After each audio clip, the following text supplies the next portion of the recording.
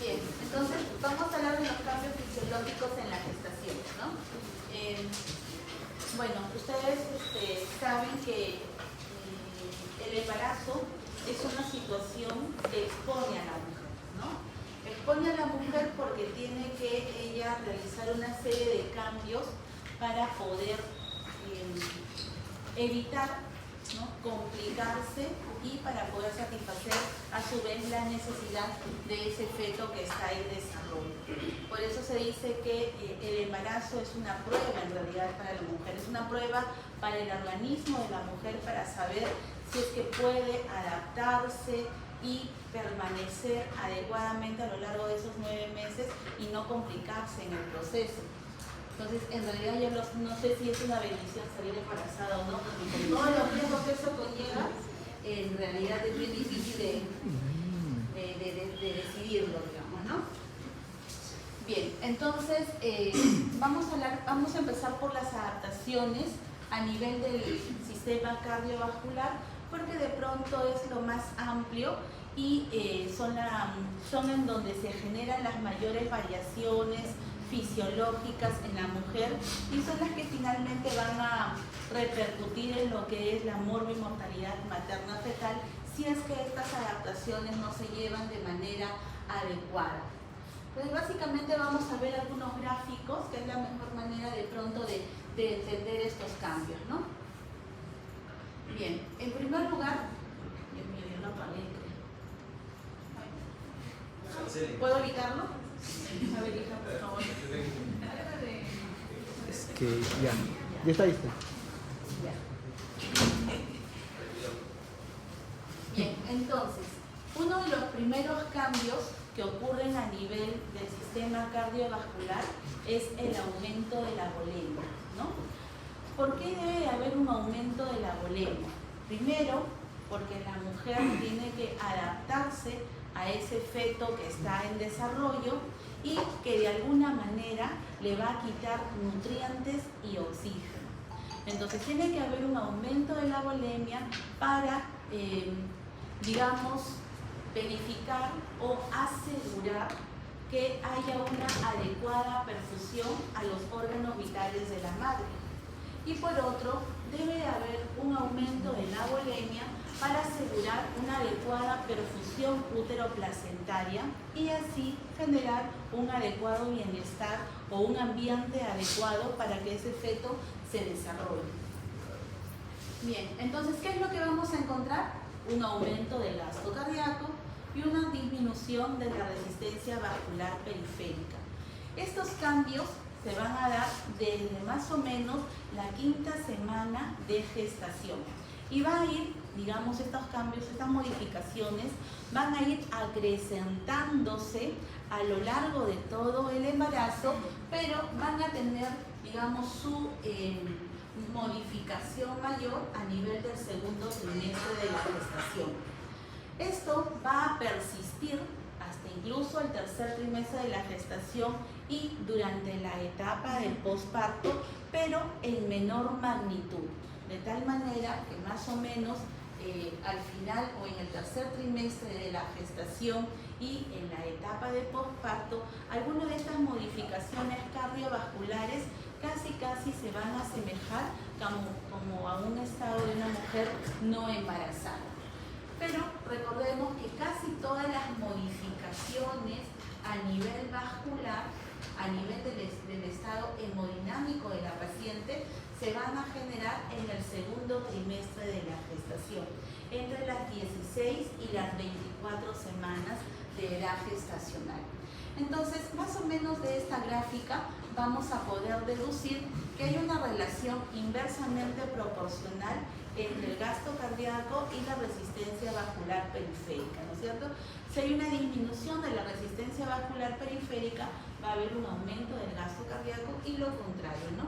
Si hay un aumento de esta resistencia, el gasto cardíaco disminuirá. Bien, ¿cuáles de las otras modificaciones que ocurren a nivel del estado hemodinámico en relación a la presión arterial? Ustedes también habrán podido evidenciar que cuando evalúan una gestante, la presión arterial por lo general lo encuentran en 90-50, 90-60, ¿no? Algo que de pronto nos puede llamar la atención porque normalmente no son valores que acostumbramos a observar. Entonces, ¿qué es lo que sucede durante la gestación? Hay una caída de la presión arterial, tanto de la sistólica, de la diastólica y por supuesto de la presión arterial media. Y esta caída de la presión arterial media es necesaria para que se favorezca la perfusión útero-placentaria. Entonces, nos vamos a dar cuenta que todos estos cambios en la mujer básicamente tienen como función, esos cambios hemodinámicos tienen como función aumentar el flujo útero-placentario. E igualmente que el incremento del gasto cardíaco y la baja de la resistencia vascular periférica, esta caída de la presión arterial, si bien es cierto, se mantiene a lo largo de los 3 trimestres de la gestación, se ve mayor, una mayor caída en el segundo trimestre de la gestación. ¿Cuánto cae? Cae aproximadamente entre 5 a 10 milímetros de mercurio por sobre el basal de esa mujer. Bien, entonces aquí más o menos podemos ver, ¿no?, unas curvas en las que podemos observar que hay un aumento del gasto cardíaco, hay una caída de la resistencia vascular periférica y una presión arterial media que también tiene una tendencia a disminuir. Ahora, en relación al gasto cardíaco, habíamos mencionado que a lo largo de los 3 trimestres hay un incremento del gasto cardíaco, ¿no? Pero este incremento del gasto cardíaco se ve sobre todo en el tercer trimestre de la gestación y sobre todo en la etapa posparto. ¿Por qué en el tercer trimestre de la gestación y en la etapa posparto? Básicamente este incremento en este periodo tiene como objetivo salvaguardar la vida de la mujer y mejorar la perfusión placentaria para un adecuado crecimiento de ese feto, ¿no? O sea, evitar las restricciones de crecimiento intrauterina, por ejemplo, ¿no? Y en relación a salvaguardar a la mujer, ¿por qué? Porque ya está a puertas de dar a luz, o sea, ya está a puertas de entrar a un trabajo de parto. Y sabemos que en un trabajo de parto, pues definitivamente hay una pérdida sanguínea que puede llegar a 500 mililitros. Entonces, este aumento del gasto cardíaco, que sobre todo se observa a finales del tercer trimestre de la gestación y durante la etapa de posparto, en relación a la mujer, tiende a, contrarrestar la pérdida sanguínea que está por venir, que va a ocurrir durante el trabajo de parto. Ahora, aquí también, más o menos en la etapa, durante el trabajo de parto, se considera que hay un factor importante que incrementa el gasto cardíaco. Durante cada contracción uterina, más o menos inmediatamente después de cada contracción uterina, hay un incremento del gasto cardíaco de hasta más o menos 450 mililitros, ¿no?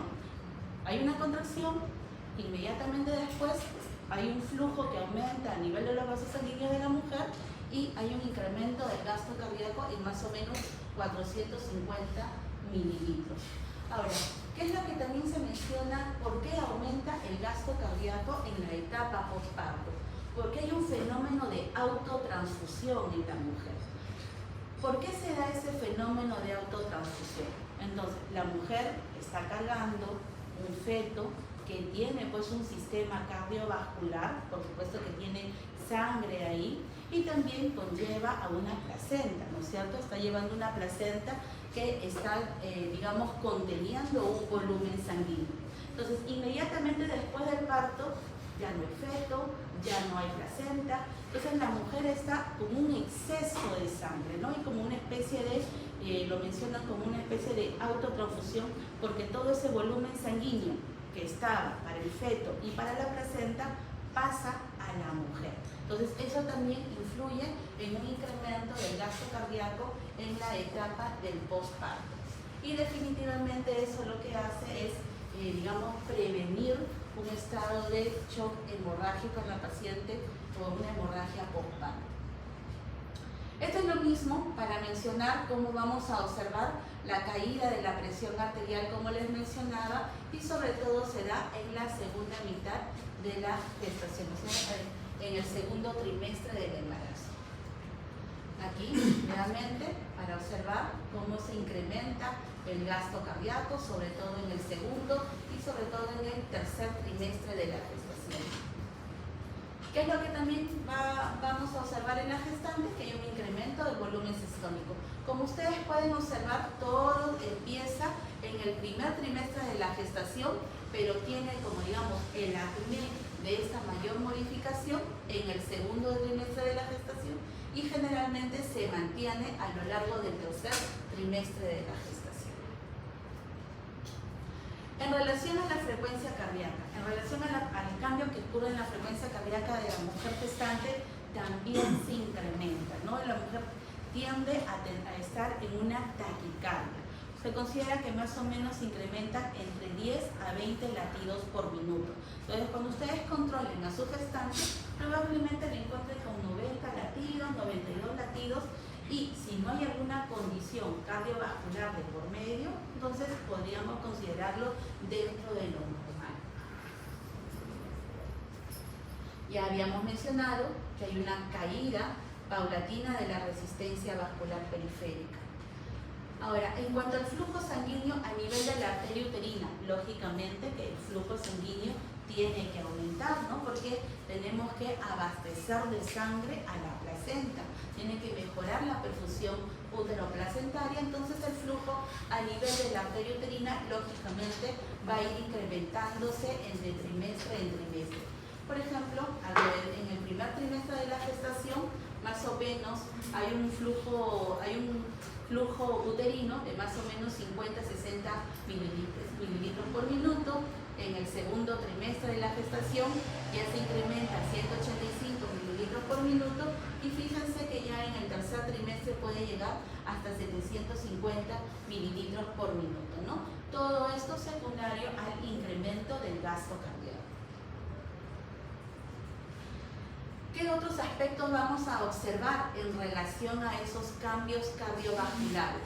Definitivamente va a haber, a medida que va creciendo el útero, va a haber un desplazamiento del diafragma hacia arriba, más o menos en unos 4 a 5 centímetros, porque pues tiene que ir creciendo ese útero y eso va a generar una desviación del eje eléctrico del corazón. Generalmente el corazón se va a desplazar un poquito más hacia arriba y lateralizado hacia la izquierda. Va a haber un aumento del tamaño del corazón, es decir, va a haber una cardiomegalia. Entonces, ¿qué es lo que ocurre a nivel digamos, del tejido cardíaco? Entonces, se considera que durante la gestación va a haber un aumento de la masa ventricular y de la masa auricular. Es decir, eso va a generar un aumento global del corazón. ¿Quién va a crecer más? Digamos, la aurícula izquierda, ¿no? Dentro de todos los estudios se observa que la aurícula izquierda es la que va a desarrollarse más en relación a las otras 3 cavidades. También se va a observar que por efecto de la progesterona y de los estrógenos va a haber una dilatación de las 4 cavidades. Entonces, la dilatación de las 4 cavidades más el incremento de la masa muscular de las 4 cavidades, sobre todo de la aurícula izquierda, eso va a generar una cardiomegalia. Ahora, también estos cambios hemodinámicos, o sea, este aumento de la volemia en general en la mujer, va a generar asociado a esas dilataciones cardíacas algunas, digamos, entre comillas, patologías cardíacas, ¿no? La gestante tiene más predisposición a desarrollar una insuficiencia mitral, pero es una insuficiencia mitral leve. También tiene tendencia a desarrollar una insuficiencia tricuspidia y una regurgitación pulmonar. Más o menos el 80% de las gestantes pueden cursar con alguna de estas complicaciones, pero generalmente o no son clínicamente evidenciables o de pronto tienen un cuadro clínico muy leve. Pero si la paciente tiene alguna patología cardíaca de por medio, lógicamente estas modificaciones pueden agravar o ser el inicio, digamos, de la manifestación de una patología. Justamente por esos cambios que se generan a nivel del corazón, a nivel de los flujos que llegan al corazón, por los cambios que se generan generan a nivel de su masa, por los cambios que se generan a nivel de la dilatación de las 4 cámaras, es que vamos a poder encontrar un soplo sistólico, pero es un soplo sistólico funcional, fisiológico, ¿no? No va a haber ningún problema. Dentro de otras modificaciones, también consideran que, por ejemplo, en esta gestante vamos a poder encontrar un primer ruido cardíaco, cosa que generalmente no lo escuchamos, o un tercer ruido cardíaco también más evidente. Esto también, digamos, el hecho de que se presenten varices o haya un edema, también tiene relación con ese aumento del gasto cardíaco, que lo vamos a ver más adelante. Entonces, aquí hay como una especie de resumen de todas esas modificaciones que hemos observado, ¿no? Ya habíamos mencionado que el gasto cardíaco va a incrementarse sobre todo a partir del segundo trimestre, pero vamos a ver una evidencia mayor de este incremento en el tercer trimestre y sobre todo durante la etapa del parto y del posparto. La resistencia vascular va a ir disminuyendo, hay un incremento de la frecuencia cardíaca, como habíamos mencionado, hasta un 10 latidos por minuto, y hay un estado de caída de la presión arterial, sobre todo a nivel de la presión arterial media. En relación al volumen plasmático, como veremos, también va a haber un volumen plasmático que se incrementa, ¿no es cierto? Entonces, a lo largo de esta gestación va a haber un incremento del volumen plasmático, el cual va a llegar a ser hasta un 45% de la basal. Incluso algunos mencionan que en el segundo trimestre de la gestación este incremento del volumen plasmático puede llegar a ser hasta de un 75%. La masa eritrocitaria igualmente va a incrementarse, pero no tan a la par o no tan en relación al incremento del volumen plasmático, ¿no? El incremento de la masa eritrocitaria más o menos va a ser un 35 o un 45%. Es decir, va a haber una diferencia en cuanto al incremento entre el volumen plasmático y la masa eritrocitaria. Y aquí está lo que habíamos mencionado, que hay una dilatación de las 4 cámaras y hay un incremento en el grosor de las 4 cámaras a predominio de la aurícula izquierda. Doctora, ¿y cuál sería la explicación fisiológica para darle más volumen de plasma al bebito en vez de eritrocitos, ¿no? O elementos formes? ¿Cómo? Dice que no hay correlación entre los elementos formes que se pasa al bebito, bueno, que pasa al feto, y la relación de plasma. No es lo que se pasa al bebé, es lo que sucede como cambio fisiológico en la madre. O sea, en la madre hay un incremento de ambos, claro, del volumen plasmático y de la masa eritrocitaria. Finalmente, pero, para que lo corte el feto. Claro, pero todo eso, ¿por qué es importante? Porque va a haber finalmente un incremento del volumen sanguíneo total, ¿no? Porque si se incrementa a la par tanto la masa eritrocitaria como el volumen plasmático, que habría un incremento de la viscosidad sanguínea. Y si hay un incremento de la viscosidad sanguínea, que se genera un incremento de la resistencia vascular periférica. Y si hay un incremento de la resistencia vascular periférica, habría un menor aporte de flujo sanguíneo a nivel útero-placentario. ¿Y quién se perjudicaría finalmente? El feto. Esa sería la secuencia y por qué no podrían incrementarse los dos a la par. No sé si me dejo entender. Sí. Muy bien, gracias. Bien, entonces, ¿no? Bien, entonces acá tenemos más o menos un resumen también de lo que habíamos mencionado. Ustedes saben que el gasto cardíaco va a depender de quién, de la frecuencia cardíaca y del volumen latido. El volumen latido de quién va a depender va a estar directamente proporcional a la precarga y a la contractilidad, y va a ser inversamente proporcional a la poscarga.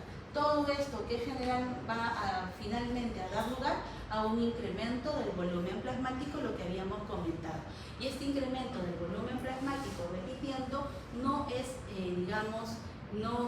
a la par en cuanto a porcentaje de incremento con la masa eritrocitaria. Ahora, es por eso que ya sabemos que durante la gestación hay una anemia fisiológica, ¿no? Hay un estado de hemodilución, la que se conoce como anemia fisiológica. Bien, ahora, entonces hasta ahí hemos concluido con los cambios, digamos, hemodinámicos cardiovasculares. Entonces, ¿qué es lo importante que tenemos que saber? Primero, que hay un aumento del volumen sanguíneo. Hay un aumento del volumen sanguíneo, ¿por qué? Secundario al aumento del volumen plasmático y al incremento de la masa eritrocitaria. Estos dos en conjunto van a dar un incremento de la volemia sanguínea total. ¿Qué más tenemos que saber? Que hay una disminución de la resistencia vascular periférica, ¿no es cierto? Todo esto que va a generar un incremento del gasto cardíaco. Otro aspecto que tenemos que de repente recordar es en relación a la frecuencia cardíaca. La frecuencia cardíaca también va a ir incrementándose hasta 10 latidos por minuto en el tercer trimestre de la gestación. Y en relación al corazón, pues ya sabemos que va a haber un estado de aumento de la masa cardíaca y una dilatación de las 4 cavidades, lo que finalmente puede conducir a ciertas condiciones o alteraciones patológicas o fisiológicas cardíacas en la mujer, como la insuficiencia mitral, la insuficiencia tricuspidia y la regurgitación pulmonar. ¿Alguna pregunta en relación a los cambios meramente hemodinámicos a nivel del corazón o de los vasos? Vamos avanzando. Ahora, en relación a los cambios hematológicos. En relación a los cambios hematológicos, básicamente tenemos que saberlo de acá. Hay un incremento de la masa eritrocitaria. Hay también un incremento de los glóbulos blancos. Entonces, cuando nosotros leamos, y hay una disminución de las plaquetas. Entonces, cuando nosotros leamos un hemograma en una gestante, de pronto los valores de la hemoglobina no van a ser los ideales de 13, 13.5 que quisiéramos, ¿no? Entonces, por el estado de esa anemia fisiológica, de esa hemodilución, los valores de la hemoglobina en la gestante van a disminuir a rangos de 11 y de 10.5. Por eso es que anemia en la gestante se considera en unos valores diferentes en relación a la mujer no gestante. Ahora, considerando lo que habíamos mencionado anteriormente, habíamos dicho que todos estos cambios en relación al volumen plasmático y a la masa eritrocitaria fundamentalmente se dan en el segundo trimestre de la gestación. En el segundo trimestre de la gestación, el incremento del volumen plasmático es muy por sobre la masa eritrocitaria. Por lo tanto, anemia, por ejemplo, en el segundo trimestre se considera cuando está por debajo de 10.5, a diferencia del primer y del tercer trimestre, que la anemia se considera cuando está por debajo de 11. ¿Por qué? Porque el volumen plasmático no se incrementa tanto en el primero y en el tercer trimestre como si lo hace en el segundo trimestre de la gestación. En relación al aumento de los glóbulos blancos, por ejemplo, vamos a poder encontrar valores de leucocitos de 12.000, 14.000 e incluso algunas literaturas dicen que podría llegar hasta 15.000, el valor normal de los glóbulos blancos en una mujer gestante. Entonces, ¿nos vamos a asustar cuando encontremos 11.000, por ejemplo, o 12.000 de recuento de leucocitos? No nos asustamos, salvo que haya alguna condición infecciosa en la paciente que justifique ese incremento de los leucocitos. Pero si lo encontramos completamente normal, así haya una leucocitosis que puede llegar hasta 15.000, no hay ningún problema. En relación a la disminución de las plaquetas, también, ¿no? Hay una reducción del recuento plaquetario, incluso algunas literaturas que ustedes van a leer consideran que podemos encontrar de manera normal hasta 80.000 o 90.000 plaquetas, ¿no? Siempre y cuando no haya alguna otra condición que podría explicar la caída de esas plaquetas. Entonces, aquí, nuevamente repitiendo, como vemos aquí, el volumen sanguíneo total se incrementa a expensas de ¿quién? Del volumen plasmático y de la masa celular. Entonces, a veces hay esta discrepancia o esta diferencia de incremento, por lo tanto que se da una anemia fisiológica o anemia por hemodilución. Y aquí están todos los cambios que podríamos encontrar dentro del estado hematológico de la paciente. ¿Qué es lo que realmente sería más importante recordar? De repente esto de acá. Vamos a encontrar a veces en las gestantes, ¿no? Por digamos, por estas modificaciones, vamos a encontrar una neutrofilia leve, o sea, hay una leucocitosis a predominio de los neutrófilos, trombocitopenia, como les había mencionado, que incluso menciona que puede ser normal hasta 80.000, algo bastante bajo, pero algunos lo consideran que puede ser parte de estas modificaciones fisiológicas. Y vamos a encontrar un aumento de los factores de coagulación. Por eso se considera que el embarazo es un estado de hipercoagulabilidad. Entonces, desde el punto de vista de los cambios hematológicos en la paciente, vamos a encontrar anemia fisiológica, leucocitosis y un estado de hipercoagulabilidad. Bien, aquí en relación a esto, ¿alguna pregunta en relación a los cambios hematológicos?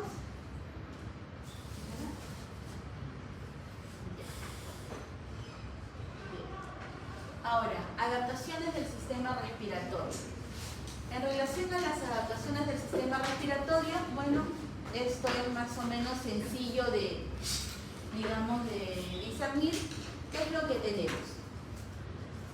Un útero que está en crecimiento y por lo tanto ese útero en crecimiento lo primero que va a hacer es desplazar el diafragma, ¿no es cierto?, hacia arriba. Más o menos, como les decía, sube aproximadamente 4 a 5 centímetros de manera craneal. Esto va a generar también que haya un incremento del ángulo subcostal. El ángulo subcostal generalmente en promedio está entre 65 y 69 grados. En el caso de la mujer, debido a este crecimiento uterino, el ángulo costal aumenta hasta más o menos 103 grados. ¿Qué es lo que más vamos a observar? Debido a este crecimiento uterino, al desplazamiento del diafragma y a la, digamos, a la expansión o a la dificultad de la expansión de ese tórax y de esa caja torácica y de esos pulmones, pues vamos a encontrar sobre todo una respiración abdominal. Ya no va a ser tanto una respiración torácica, sino una respiración abdominal. Bien, entonces, por todos esos cambios que genera la elevación del diafragma, también asociado al incremento de la relaxina, que va a generar una relajación tanto de los músculos lisos como de los cartílagos costales, va a haber un ensanchamiento de la circunferencia torácica. Va a expandirse esa, digamos, esa caja torácica de la paciente, pero no hacia abajo, ¿no?, sino más bien antero-posterior y lateralmente. Entonces, ¿qué es lo que encontramos? Que toda la circunferencia torácica va a incrementarse más o menos en 5 a 7 centímetros y que este diámetro lateral va a incrementarse más o menos en 2 centímetros. Bien, entonces, este incremento de la presión intraabdominal y este cambio en la configuración torácica va a generar cambio a nivel de los volúmenes pulmonares. ¿Cuáles son esos volúmenes pulmonares que vamos a encontrar sobre todo alterados o modificados? Ahí, tanto van a disminuir estos tres de acá principalmente. Va a disminuir la capacidad residual funcional, la capacidad pulmonar total y va a haber una disminución del volumen residual. Todo esto secundario ¿a qué? A esas modificaciones, a esa dificultad de expandirse tanto de la caja torácica como de los pulmones. Entonces, este diafragma que está elevado hacia la región craneal va a empezar a comprimir la parte basal de los pulmones y esa compresión de la parte basal de los pulmones va a generar cierta atelectasia o colapso alveolar a nivel de las bases pulmonares, generando una disminución de todos estos volúmenes de acá. Entonces, en esta gráfica lo vamos a poder ver, digamos, vamos a poder hacer un comparativo. Por ejemplo, vamos a ver acá que la capacidad torácica pulmonar, la capacidad pulmonar total va a disminuir en relación a una mujer no embarazada. El volumen de aire corriente va a incrementarse, la capacidad inspiratoria también se va a incrementar, el volumen de reserva expiratorio va a disminuir, la capacidad residual funcional va a disminuir, el volumen residual va a disminuir.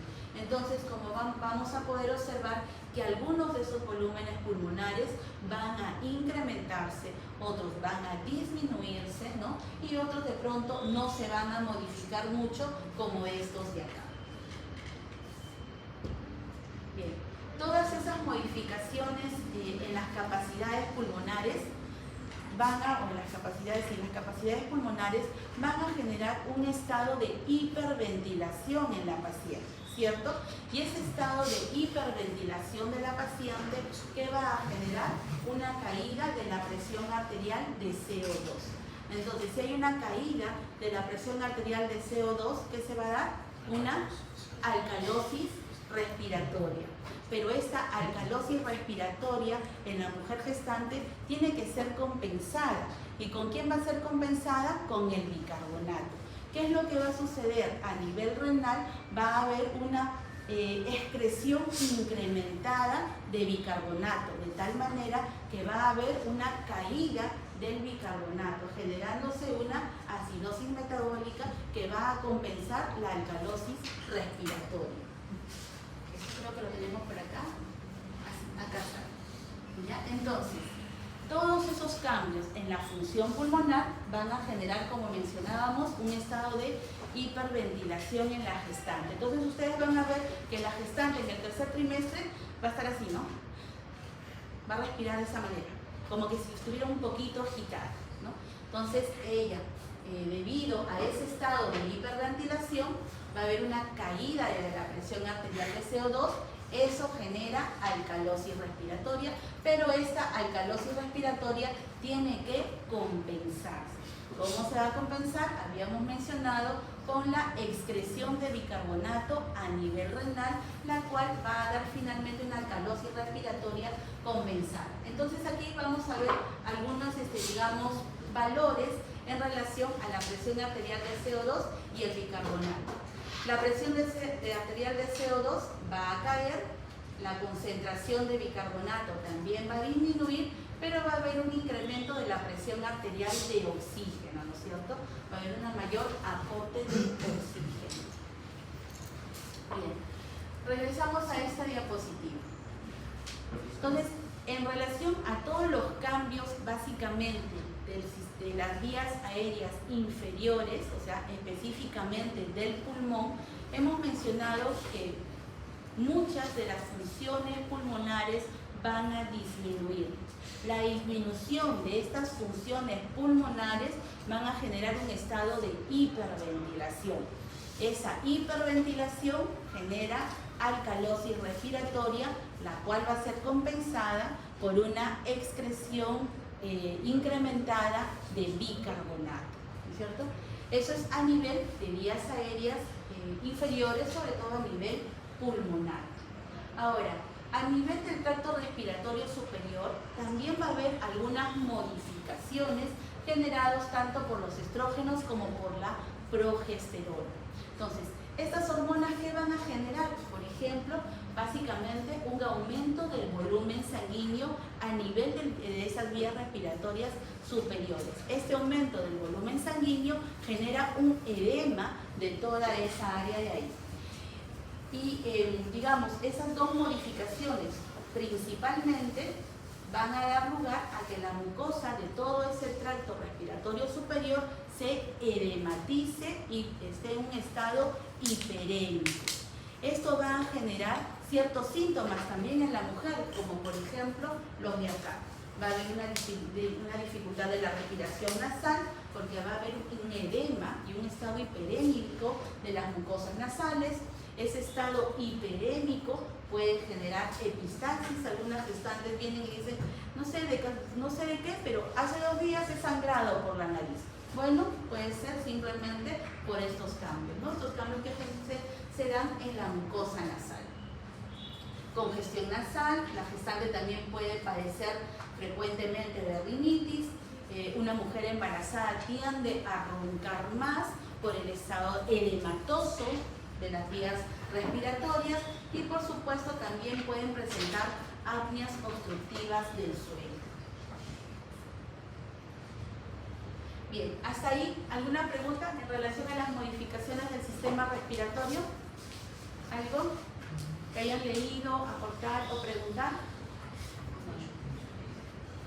Ya, vamos bien.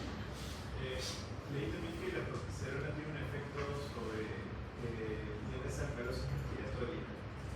Entra dentro de la historia, es como funciones de la hormona, de cambios hormonales. Ya, claro, o sea, la progesterona también tiene un efecto sobre la alcalosis respiratoria, porque la progesterona lo que va a hacer es generar una caída de la presión arterial de CO2. Tiene ese efecto. Entonces, la caída genera alcalosis, ¿no? Sí, muy bien. Tiene un efecto sobre la alcalosis porque genera caída de la presión arterial del CO2. ¿Alguna otra pregunta o alguien que quiera aportar algo?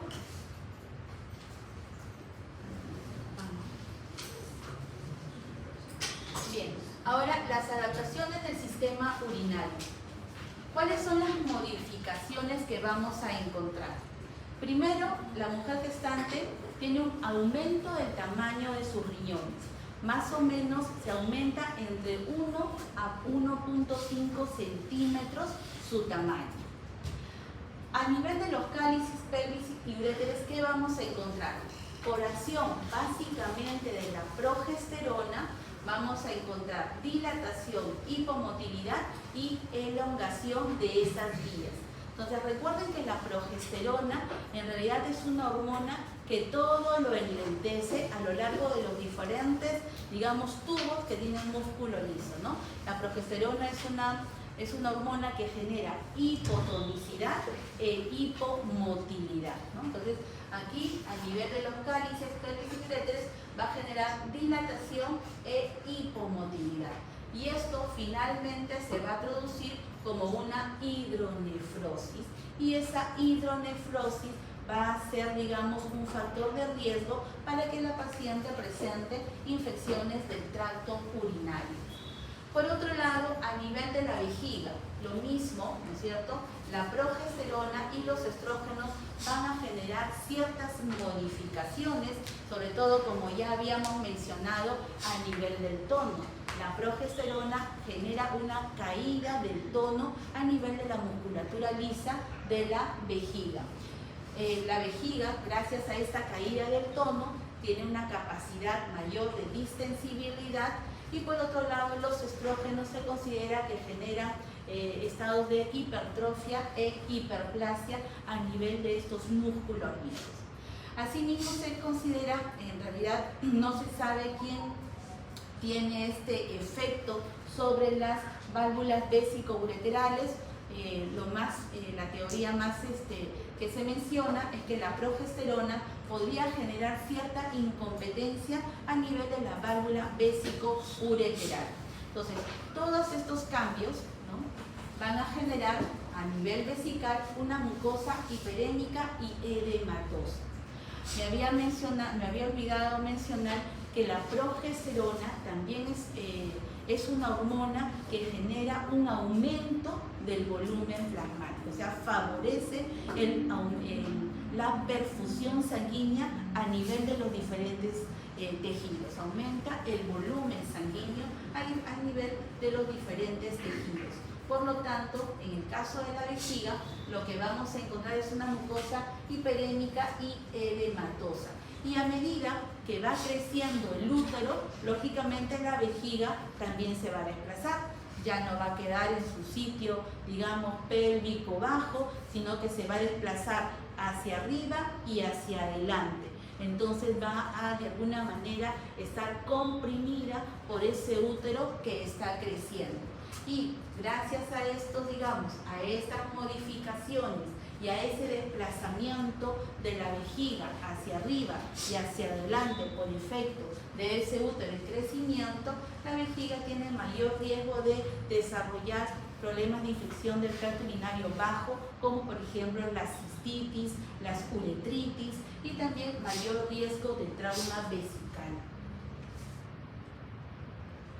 Bien, entonces ya hemos visto lo que sucede a nivel de la vejiga, a nivel del sistema tubular, y ahora vamos a ver a nivel de la, digamos propiamente, del riñón. Entonces, ya sabemos que durante la gestación ocurre un estado de vasodilatación. Esta vasodilatación está asociado a un aumento del volumen sanguíneo total. Entonces, este aumento del volumen sanguíneo total va a generar un aumento del flujo sanguíneo a nivel del riñón. Por lo tanto, si hay un incremento del flujo sanguíneo renal, va a haber un incremento de la tasa del filtrado glomerular, ¿no? Ahora, este aumento del filtrado glomerular, ¿qué es lo que va a favorecer? Va a favorecer un aumento de la filtración y excreción del agua, ¿no es cierto? Por lo tanto, va a haber un aumento del flujo sanguíneo.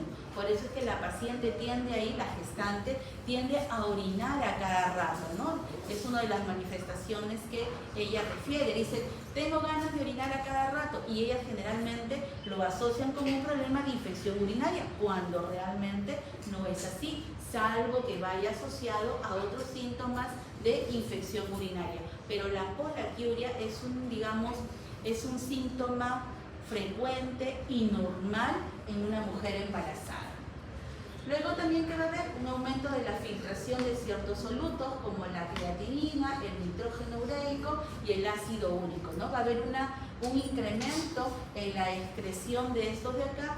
Por lo tanto, son solutos que vamos a encontrar disminuidos en la gestante. Entonces, en la gestante va a haber una caída relativa de la creatinina, del ácido úrico y de la urea. Ahora, también, solamente para mencionar que esta variación en el flujo sanguíneo renal y en la tasa del filtrado glomerular, pues va a generar ciertas, variaciones en cuanto a la excreción renal de los fármacos. Ahora, a nivel de los túbulos renales, ¿qué es lo que vamos a observar? A nivel de los túbulos renales vamos a observar que hay un aumento de la reabsorción de solutos, ¿no? Por un lado, tenemos que hay un incremento de la tasa de filtrado glomerular. Ese incremento de la tasa de filtrado glomerular que va a favorecer a que haya un incremento de la excreción de ciertos solutos, como los habíamos mencionado, como por ejemplo la creatinina, la urea, ¿no? Por otro lado, a nivel de los túbulos renales, lo que se va a favorecer es una reabsorción de ciertos solutos, como por ejemplo del sodio, ¿no? Ahora, también hay aumento de la excreción a nivel de estos túbulos, de estos, solutos de acá. ¿Qué es lo más importante recordar? Que hay una pérdida de proteínas.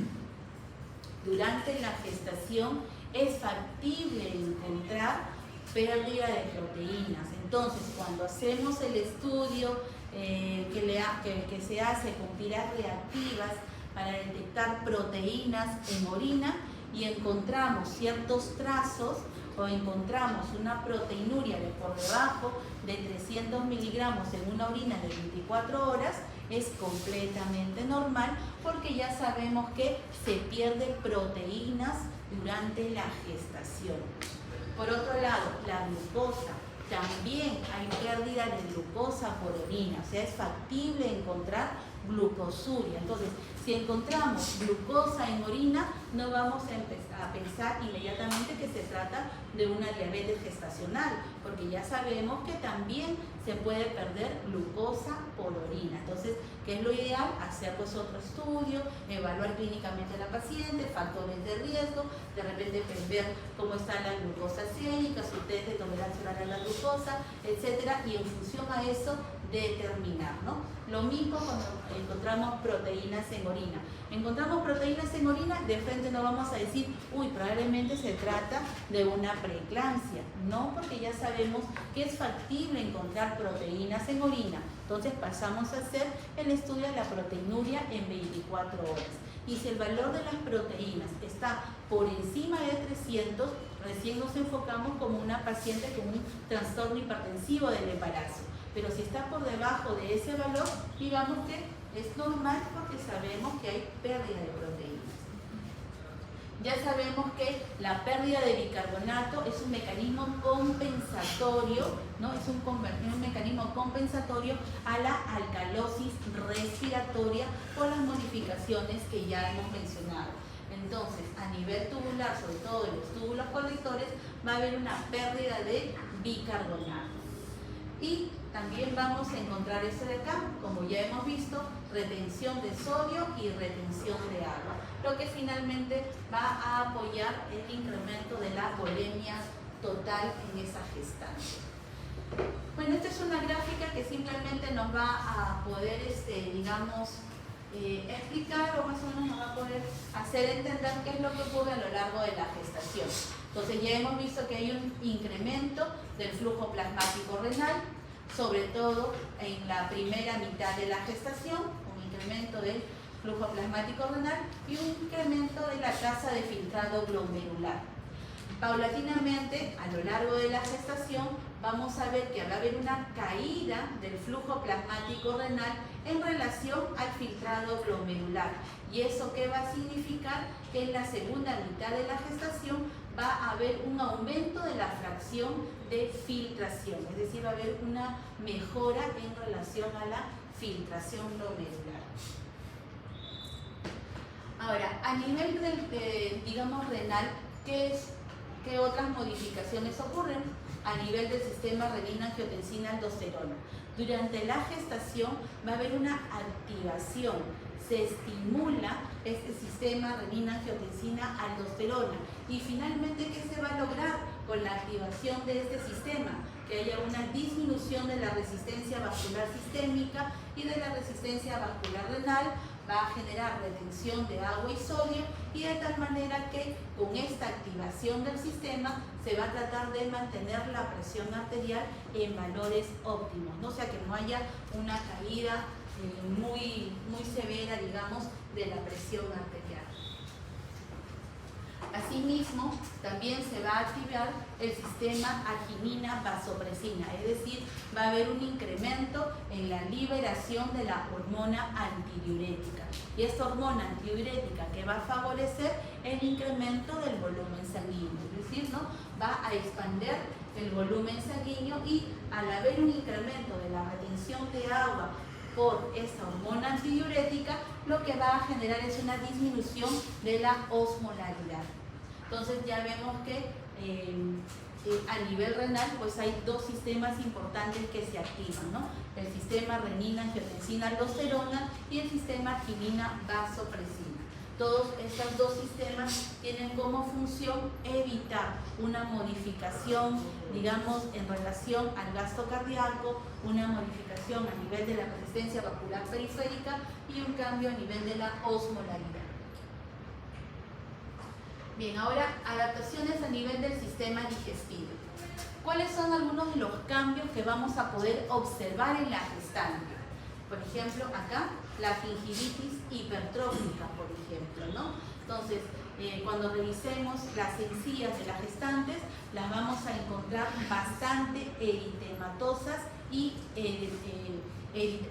edematizadas.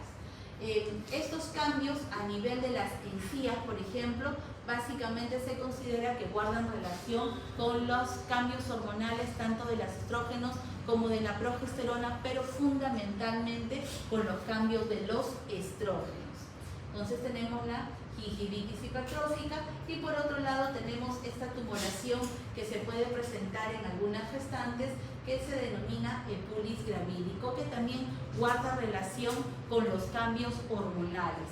Entonces, debido a los cambios hormonales, se produce una reacción inflamatoria en esta zona que va a generar un incremento del flujo sanguíneo, y esto va a generar finalmente una hipertrofia a nivel de las encías, semejando una lesión o una tumoración a nivel de las encías. Ahora, ¿cuál es el tratamiento del epulis gravídico? Simplemente la observación. Si bien es cierto, la gingivitis hipertrófica y este pulis gravídico pueden generar dolor, pueden generar sangrados en las gestantes, no requieren en realidad ningún tipo de tratamiento, salvo que el sangrado y el dolor sean muy intensos. Estos cambios van a desaparecer totalmente, digamos, durante la etapa del puerperio, ¿no? Más o menos a la cuarta semana o a la sexta semana ya estos cambios probablemente han desaparecido por completo. Pero si es que requirieran algo, generalmente se considera que, por ejemplo, en el pulis gravídico, si fuera una tumoración de tamaño considerable que le genera muchos problemas a la paciente, en todo caso podría ser extirpado quirúrgicamente mediante una anestesia o una anestesia local sin ningún problema. Ahora, a nivel del esófago, entonces, básicamente todos los cambios que vamos a observar a nivel del tracto digestivo son secundarios a los efectos de la progesterona. Entonces recuerden ustedes nuevamente que la progesterona es la hormona del reposo, ¿no? Hipomotilidad, hipotonicidad. Entonces en función a eso se van a dar las modificaciones y los síntomas en la paciente.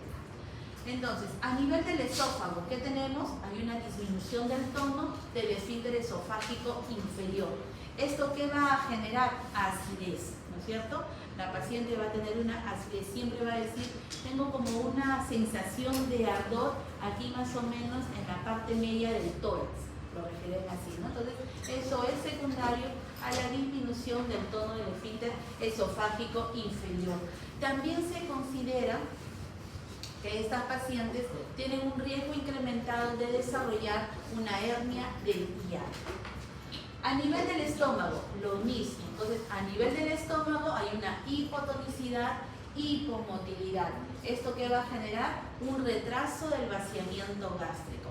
Y si hay un retraso del vaciamiento gástrico, esto puede dar, eso puede ser un desencadenante o un factor de riesgo para los reflujos gastroesofágicos y los vómitos que presenta la paciente.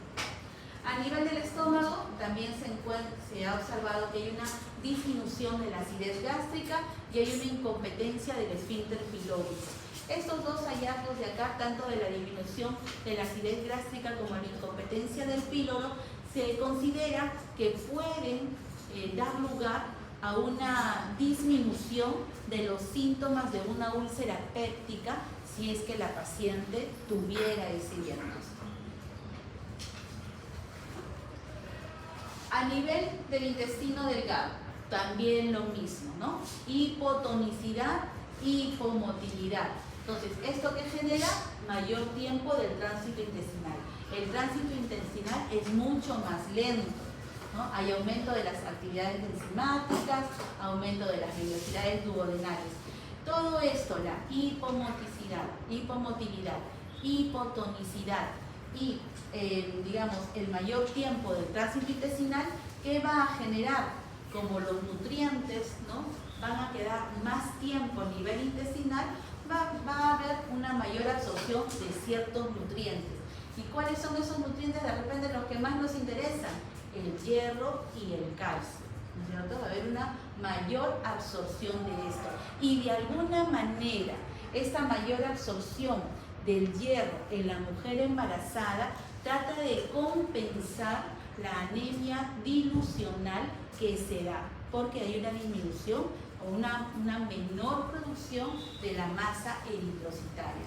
Entonces, trata de compensar eso, ¿no? Entonces, vamos a observar que va a haber una mayor absorción de nutrientes, del hierro, del calcio, aumento de la absorción del sodio y del agua, y por supuesto, si hay un mayor tiempo y enlentecimiento del tránsito intestinal, la gestante tiene pues predisposición al estreñimiento y también, bueno, a formar gases, ¿no? Ahora, a nivel del intestino grueso, digamos, la modificación más importante se da desde el punto de vista anatómico. ¿En qué consiste esto? Que va a haber, por el crecimiento del útero, va a haber un desplazamiento hacia arriba del ciego y del apéndice. Entonces ya el McBurney tradicional, por ejemplo, que conocemos, ya no lo vamos a ubicar en la fosa ilíaca derecha, sino que probablemente tengamos que ubicar ese punto a nivel del flanco, ¿no es cierto?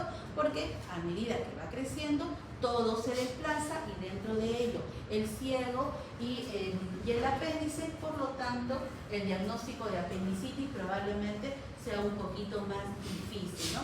Ahora también podríamos realizar, digamos, la maniobra del Adler, ¿no? No sé si ustedes también de repente la han realizado en algún momento, que es para hacer el diagnóstico de apendicitis en una gestante. ¿En qué consiste esa maniobra? Simplemente en lateralizar a la paciente en el cúbito lateral izquierdo, por lo tanto todo se desplaza hacia el lado izquierdo y buscar el punto, digamos, doloroso en la paciente. Si encontramos el punto doloroso a nivel del flanco derecho, probablemente estemos ante una apendicitis, ¿no? Simplemente así funciona la maniobra. Bien, ahora, ¿qué otros cambios vamos a encontrar a nivel hepático? A nivel hepático, lo más importante es que se produce una alteración en la producción ya sea de enzimas, de bilirrubina, de proteínas, de lípidos, ¿no? Que estos pues van a de repente manifestar en algún momento cierta alteración en la paciente si estas modificaciones son exageradas. A nivel del hígado también vamos a encontrar una hepatomegalia. Y si es que hay una alteración en la producción de los ácidos biliares, esta es una condición para que la paciente desarrolle lo que es la colestasis gestacional intrahepática. Y esa colestasis gestacional intrahepática por una alteración en el metabolismo de los ácidos biliares, ¿cómo se manifiesta? Inicialmente con el prurito. ¿Y cuál es la característica de este prurito? Que se presenta en las plantas y en las palmas, ¿no? Esa es la característica y de ahí se torna generalizada. Ahora, a nivel de la vesícula biliar, ya sabemos, ahí tenemos a la... Dime. Disculpe que recuerde. ¿Qué dijo sobre la colestasis y cómo explicaba eso el prurito? Ya, lo que pasa es que la colestasis es una condición, una patología que se da por una alteración a nivel de la síntesis de los ácidos biliares. Hay un incremento de los ácidos biliares y estos ácidos biliares empiezan a hacer unos depósitos, ¿no? Sobre todo a nivel de esas terminaciones nerviosas cutáneas, y eso va a generar prurito en la paciente. Y ese prurito, ¿dónde se manifiesta? Principalmente en las palmas y en las plantas de los pies inicialmente. Es una característica, digamos propia de esta patología, ¿no? Doctora, ¿y la hepatomegalia es parte de la fisiología de la gestante? Sí, es parte de la fisiología. O sea, es una adaptación, así como crece el riñón, como hay un incremento del metabolismo hepático, por acá, por eso de acá hay un incremento del metabolismo hepático, hay un incremento de hepatocitos y esto va a generar la hepatomegalia fisiológica, ¿no? Entonces, así como tenemos cardiomegalia, que se incrementa el tamaño del riñón, también tenemos incremento en el tamaño del hígado normal. No tiene que haber ictericia, no, pero el prurito es una condición que podría considerarse patológica en la gestante porque podría estar asociado a una alteración en los ácidos biliares, ¿no? Ahora, a nivel de la vesícula biliar es lo mismo, entonces todo ya saben, todo a nivel del tracto, a nivel del sistema digestivo, ya saben ustedes que la progesterona es la protagonista, entonces todo lo enlentece, ¿no? Y en todo el tracto disminuye el tono, es la protagonista. Y lo mismo ocurre a nivel de la vesícula biliar, por lo tanto estas pacientes, las gestantes, tienen una más predisponibilidad a desarrollar cálculos biliares, ¿no? Por una disminución de la motilidad. Bien, eso es prácticamente como un resumen. ¿Alguna pregunta del sistema digestivo? Había leído que también había un aumento de la fosfatasa alcalina, pero no me quedó claro, o sea, Igual, por el incremento a nivel del metabolismo hepático puede haber también un incremento de la fosfatasa alcalina, pero en realidad eso no genera, digamos, mayor repercusión y no indica ninguna patología en la mujer embarazada, pero sí puede haber un incremento. ¿Otra pregunta? Entonces, ahora pasamos a las modificaciones a nivel de la piel. Las modificaciones a nivel de la piel también tienen un origen hormonal, pero fundamentalmente lo asocian al incremento de los estrógenos, ¿no? Entonces, tubo digestivo, progesterona, y generalmente la mayoría de los cambios dermatológicos van asociados a los estrógenos, ¿no? Bien, ¿cuáles son esos cambios que vamos a encontrar? Vasculares, a nivel de la pigmentación y a nivel de la pared abdominal. Entonces, a nivel vascular vamos a encontrar las varices, ¿no? Los estrógenos, ustedes saben, el incremento de los estrógenos es un factor de riesgo para desarrollar varices, sobre todo a nivel de los miembros inferiores. Tenemos las arañas vasculares o las telangiectasias y el eritema palmar también como consecuencia del incremento de los estrógenos. Hay un estado de hiperpigmentación, que es el cloasma materno, el cloasma gravídico, la pigmentación de la línea alba, que ya la conocemos como línea bruna, durante la gestación. A nivel de la pared abdominal vamos a encontrar las estrías por una alteración a nivel del colágeno tegumentario, secundario al incremento de los estrógenos. Y también vamos a encontrar que la mujer embarazada tiene una predisposición a hacer una diastasis de los rectos, eso es básicamente por una relajación de la musculatura, que ahí sí tendría que entrar mucho a batallar la progesterona. Entonces fíjense, todos estos son los cambios que se podrían ocurrir y probablemente muchos más cambios a nivel de la piel de la gestante, pero los más frecuentes son los que hemos mencionado, ¿no? Las arañas vasculares, que son las telangiectasias, el eritema palmar de pronto y las varices son las modificaciones más frecuentes que vamos a encontrar. Entonces aquí algunos ejemplos de cloasma que puede abarcar solamente la mejilla, la parte superior de la frente o la parte superior de los labios, ¿no? Entonces, o también podemos encontrar a veces en alas de mariposa, ¿no? El famoso cloasma gravídico, pero en alas de mariposa, que abarca las mejillas, la frente y la parte inferior. Las telangiectasias, como ya habíamos mencionado, son las arañas vasculares que se pueden dar en cualquier área corporal, pero sobre todo puede comprometer el rostro. Este es el eritema palmar y las varices. Ya hemos mencionado que las varices de las extremidades inferiores son secundarias al incremento de los estrógenos, pero también podemos encontrar varices vulvares y las hemorroides. Estas no son tanto secundarias a los estrógenos, sino que más bien son secundarias al incremento del crecimiento del tamaño uterino. Entonces, ¿esto qué genera? A medida que va creciendo el útero, va comprimiendo los vasos pélvicos y los vasos que van a servir de retorno venoso de los miembros inferiores. Entonces, como hay una compresión venosa, eso va a generar las hemorroides y las varices vulvares.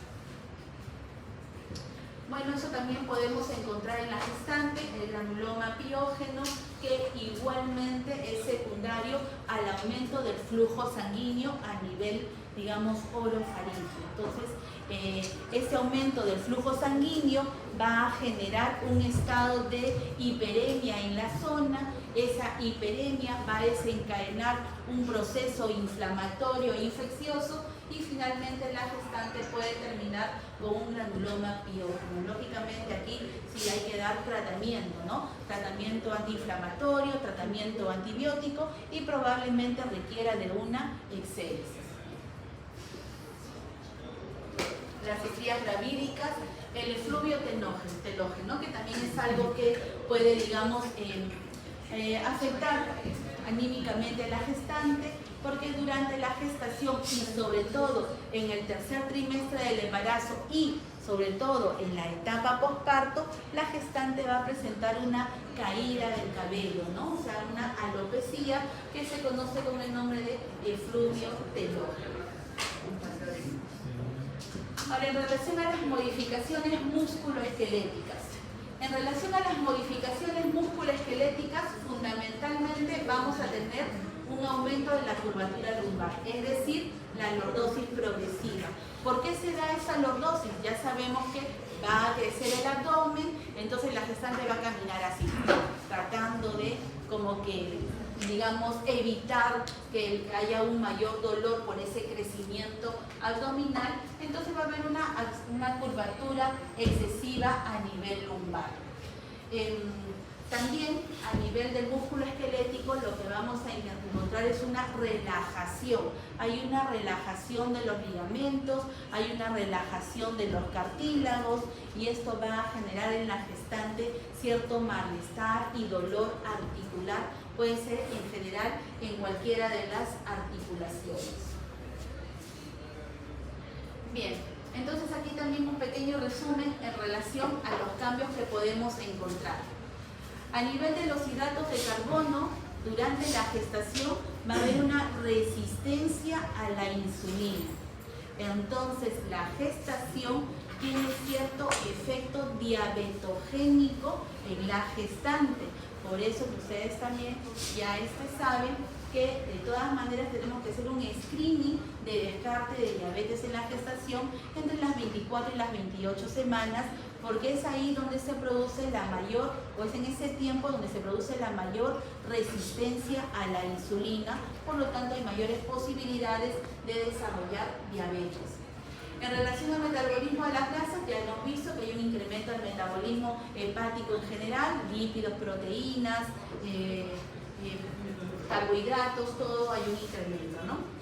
En relación al metabolismo de las proteínas, ya hemos observado que es factible encontrar proteinuria, es decir, pérdida de proteína por orina, de tal manera que la caída de la concentración de proteínas séricas va a generar una caída de la presión oncótica y esta caída de la presión oncótica va a generar un trasudado de líquido del área vascular hacia el área intersticial, generando edema de miembros inferiores.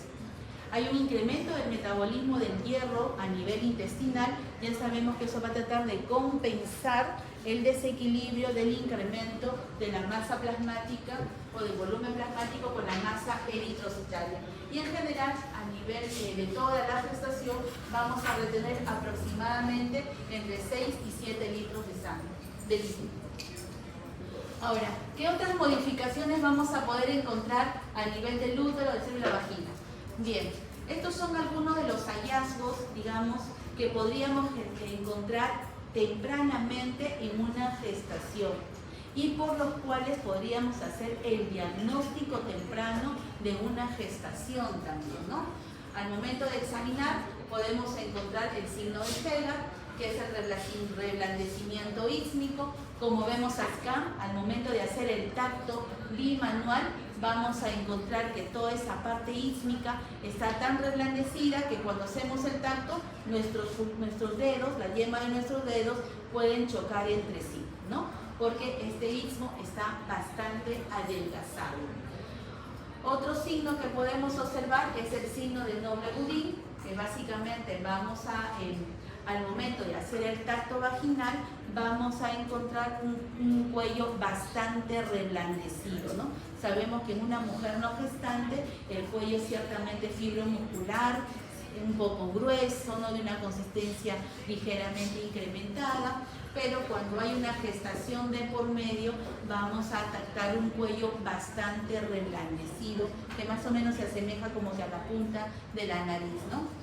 Y por otro lado también vamos a encontrar el signo de Noble-Goodin, que es al momento de hacer el tacto un útero bastante globuloso que ocupa el fondo del saco posterior. Y bueno, la ectopia cervical, que es un estado de hiperemia del cuello uterino, es completamente normal. No hay por qué. Muchas veces encontramos un cuello uterino eritematoso y decimos, uy, no, es una cervicitis. y hay que cauterizarlo, ¿no? Si se trata de una ectopia cervical, la ectopia cervical no se cauteriza para nada, ¿no? No necesita ningún tipo de tratamiento. Otro de los signos es el signo de Chapman, que es la coloración violácea, ¿no? Una coloración violácea del cuello uterino, de las paredes vaginales y de la región vulvar de la gestante. Y finalmente los cambios a nivel de la mama. Pues en los cambios a nivel de la mama, ¿qué es lo que vamos a encontrar? Vamos a encontrar que hay un incremento, digamos, de la coloración, tanto de la areola como la del pezón. Vamos a encontrar vasos sanguíneos visibles a través de la piel y se va a hacer evidente los tubérculos de Montgomery, ¿no? a lo largo de la mama. Y, bueno, ¿hay alguna pregunta antes que nos voten? Porque creo que están ahí parados. Doctora, hay días que había una hidronefrosis en el niño derecho por una deshidratación del útero. Ah, muy bien, eso, muy bien. Ajá. Hay una, como dice el doctor, durante la gestación va a haber una dextrorotación uterina. ¿Eso a qué es secundario? Al colon sigmoides, ¿no es cierto? Entonces, a medida que va creciendo el útero, el colon sigmoides va a desplazar este útero hacia el lado derecho. Y esa dextrorotación uterina va a favorecer la compresión del uréter del lado derecho, por lo tanto va a haber un mayor reflujo hacia el riñón del lado derecho, hay una hidronefrosis mayor de este lado y hay una predisposición a hacer pielonefritis más de este lado en relación al lado izquierdo. ¿Alguna otra pregunta o algo que se quiera agregar? De pronto, algo más, chicos, algo más que queramos saber de pronto o que hayan visto.